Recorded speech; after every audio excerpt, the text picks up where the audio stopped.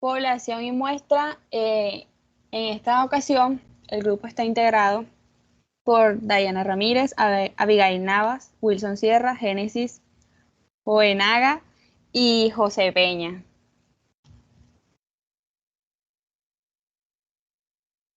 Para empezar, es necesario entrar en contexto y definir los conceptos. La población es el conjunto de personas u objetos de los que se desea conocer algo en una investigación. Es decir, es el universo o la población que puede estar constituido, puede ser por personas, animales, registros médicos, nacimientos, dependiendo del tema de investigación. La muestra es el subconjunto o parte del universo o población en el que se llevará a cabo la investigación. En el tema de la muestra hay diferentes procedimientos para obtener la cantidad de los componentes de la muestra, como pueden ser fórmulas, lógica y otros que se van adelantando dependiendo de lo que se va necesitando y de los elementos de la población. Ahora, el muestreo es ese método utilizado para seleccionar cada uno de los componentes de la muestra del total de la población. En realidad consiste en el conjunto de reglas y todos aquellos procedimientos y criterios mediante los cuales se selecciona un conjunto de elementos de una población que representan lo que sucede en toda esa población.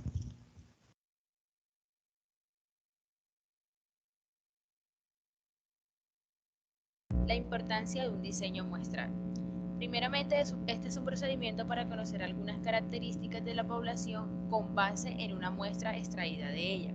El objetivo de un diseño de muestreo es proporcionar indicaciones para la selección de una muestra que sea representativa de la población.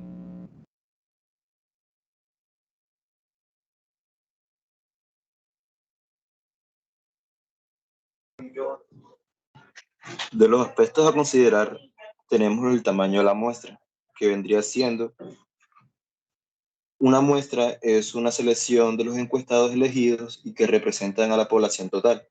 El tamaño de la muestra es una porción significativa de la población que cumple con las características de la investigación, reduciendo los costos y el tiempo. Una muestra demasiado grande dará lugar a la pérdida de valiosos recursos como tiempo y dinero, mientras que una muestra pequeña puede no proporcionar información confiable.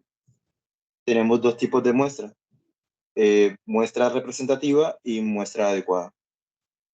También tenemos los tipos de muestreo, que son muestreo no probabilístico y muestreo probabilístico, que más adelante se los van a definir.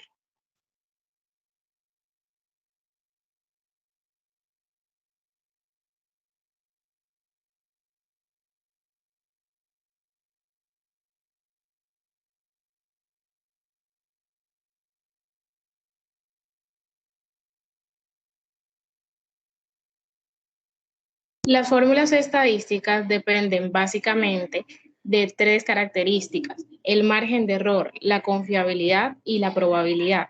En el margen de error nos representa el grado de precisión el cual se tiene en la generalización. En la confiabilidad tenemos lo que es la posibilidad de afirmación y que ésta sea correcta. Y en la probabilidad podemos encontrar cualquier elemento de la población el cual tenga la misma posibilidad de ser elegido.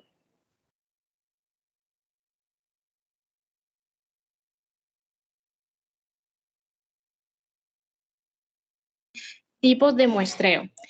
Los muestreos probabilísticos son básicamente el método más recomendable, ya que si nosotros estamos realizando una investigación cuantitativa, todos los componentes de la población deben tener la misma posibilidad de ser seleccionados para la muestra. El muestreo aleatorio simple. Este método es uno de los más sencillos de aplicar, ya que con él caracterizamos cada unidad que compone la población y decimos que ésta tiene la misma posibilidad de ser seleccionada.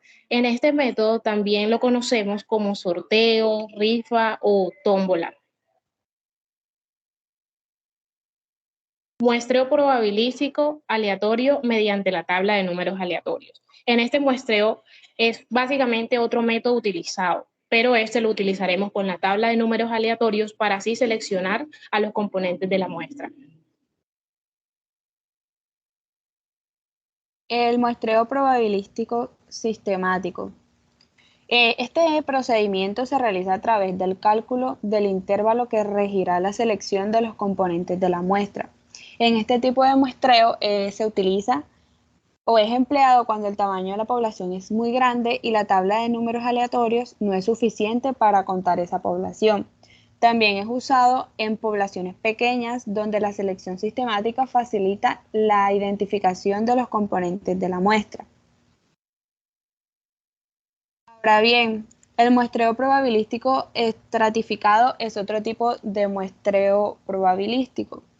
Este se caracteriza por la división de la población en subgrupos o estratos, debido a que las variables que deben someterse a estudio en la población presentan cierta variabilidad o distribución conocida que es necesario tomar en cuenta para extraer la muestra.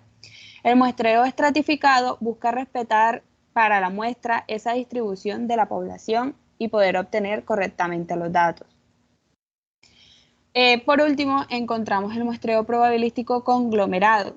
Este tipo de muestreo se usa en particular cuando no se dispone de una lista detallada y enumerada de cada una de esas unidades que conforman la población y resulta complejo elaborarla.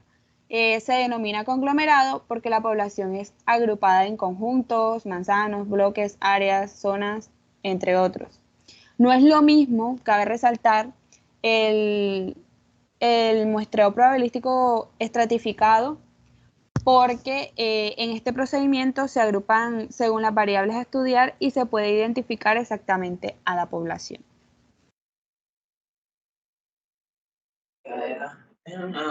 Muestreo no probabilístico. Es una técnica de muestreo donde las muestras se recogen por medio de un proceso que no les brinda a todos los individuos de la población las mismas oportunidades de ser seleccionados. Aunque seleccionar alguno de estos métodos podría resultar en datos sesgados o una capacidad limitada de hacer conclusiones generables basadas en hallazgos, también en algunas situaciones en las que seleccionar este tipo de técnica de muestreo es la mejor opción para cierta pregunta de investigación o para una etapa de investigación. Existen 4 tipos de muestreo que puedes crear de esta manera. El primer tipo es el intencional o deliberado. El muestreo intencional es una técnica de muestreo en la cual la persona a cargo de realizar la investigación se basa en su propio juicio para elegir a los integrantes que formarán parte de su estudio. Un ejemplo claro de esto es cuando los programas de televisión realizan encuestas a sus propios televidentes para saber qué opinan sobre su programa o entre otras preguntas. También este tipo de muestreo se puede utilizar en 6 casos. El caso típico, se trata de casos que son comunes y normales. El caso extremo, que es donde se obtienen muestras de tipo de investigadores que se pueden percibir como algo inusual o raro. El muestreo de casos críticos, este se centra en casos específicos que suelen ser dramáticos o muy importantes. El muestreo heterogéneo o de variación máxima, que se basa en el criterio del investigador para seleccionar a los participantes con diferentes características. El muestreo homogéneo, este se centra en un subgrupo particular en el que todos los miembros de la muestra son similares. Por ejemplo, si tienen una ocupación similar en el trabajo o trabajan en el mismo equipo, etc. Y por último, el muestreo teórico. En este caso es especial de muestreo que se basa en la teoría fundamental.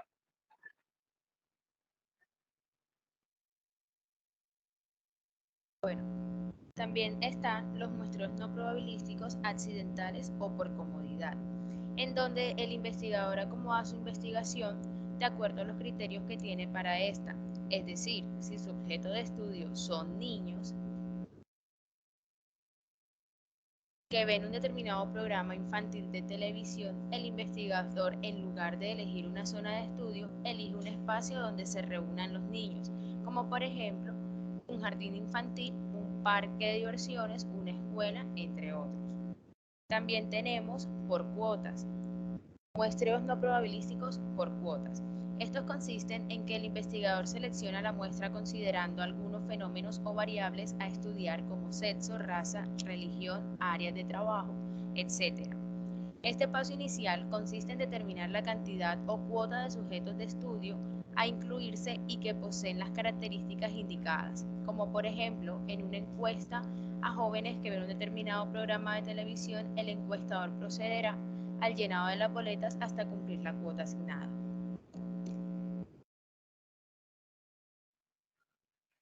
Ahora se nos presenta un cuadro comparativo en el que pues, podemos comparar la población y la muestra. Tenemos claro que la definición de población es que es el universo de elementos que se van a estudiar, sobre los que se investiga o hacen estudios. Y la muestra es una parte o subconjunto de elementos que hacen parte de esta población y se seleccionan pues, previamente, como ya lo dije, de la población para realizar el estudio. Normalmente se selecciona la muestra de una población debido a que para el investigador se le hace más fácil todos los elementos de una población que pues ya resultan mucho más extensos.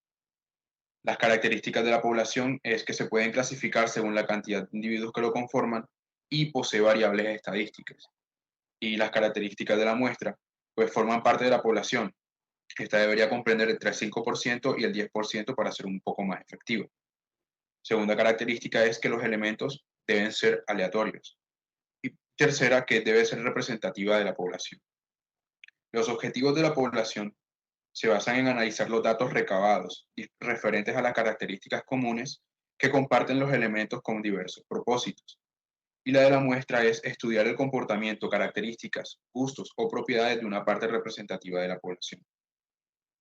Como ejemplos de la población tenemos las personas que habitan un país, la cantidad de carros en una ciudad o los estudiantes de un país. Y la muestra, un ejemplo de esta puede ser el estudio de desempeño de los estudiantes de 5 universidades de una ciudad de una materia específica. Se toma una muestra de 500 estudiantes de manera aleatoria, 100 de cada institución, que estén cursando el mismo nivel para que la muestra sea representativa.